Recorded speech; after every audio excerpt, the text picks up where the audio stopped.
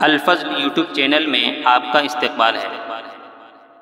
اس channel پر روزانہ قرآن پاک کی ایک آیت تلاوت مع ترجمہ اور مختصر تشریح پیش کی جا رہی ہے۔ ویڈیو اپلوڈ ہونے پر نوٹیفیکیشن پانے کے لیے اس چینل کو سبسکرائب کریں اور بیل آئیکن ضرور دبائیں۔ السلام علیکم ورحمۃ اللہ وبرکاتہ۔ میرے دینی و ایمانی بھائیوں اور بہنوں، سورہ مائدہ آیت نمبر 77 پیش خدمت ہے۔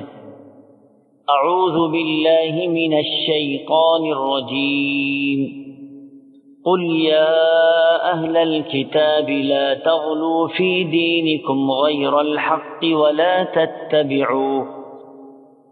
تتبعوا اہواء قوم قد ضلوا من قبل واضلوا كثيرا وضلوا عن سواء السبیل۔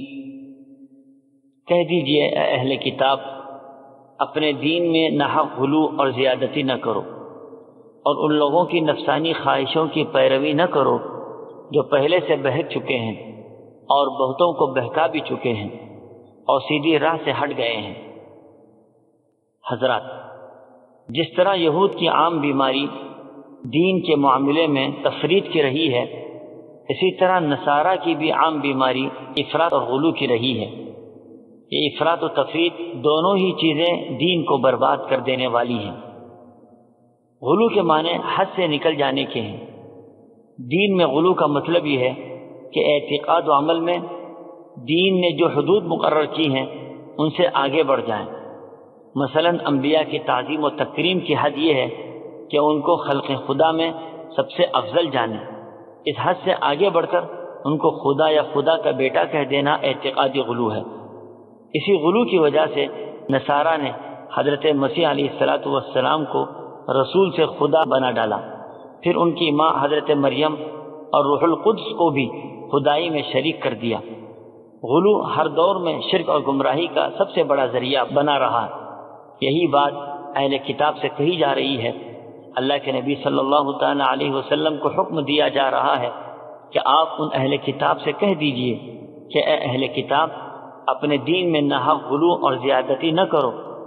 وَلَا تَتَّبِعُوا أَهْوَاءَ قَوْمٍ قَدْ ضَلُّوا مِن قَبْلُ وَأَضَلُّوا كَثِيرًا وَضَلُّوا عَن سَوَاءِ السَّبِيلِ۔ اور ان لوگوں کی نفسانی خواہشوں کی پیروی نہ کرو جو پہلے سے بہک چکے ہیں اور بہتوں کو بہکا بھی چکے ہیں اور سیدھی راہ سے ہٹ گئے ہیں۔ آدمی جب اپنی کسی خواہش کو دین بنانا چاہتا ہے تو اس کے لیے کوئی بدعت ایجاد کرتا ہے اور اس پر دین کا پردہ چڑھانے کی کوشش کرتا ہے، پھر وہی چیز شرک و کفر کا سبب بن جاتی ہے۔ آیت میں قوم سے اشارہ ہے ان کے قوم اور اس کے ساتھیوں کی طرف جنہوں نے نصرانیت کا حلیہ بگاڑا اور بت پرستی کی نقالی میں کفر و بدعت کا ڈھونگ رچایا۔ آیت سے اس حصے میں تعلیم دی جا رہی ہے کہ تم اپنے سے پہلے لوگوں کے پیچھے مت لگو جو ایک نبی کو الہ بنا کر خود بھی گمراہ ہوئے اور دوسروں کو بھی گمراہ کر دیا اور سیدھی راہ سے ہٹ گئے۔ اللہ تعالی ہم سبوں کو اعمال و عقائد میں افراط و تفریط سے محفوظ رکھے۔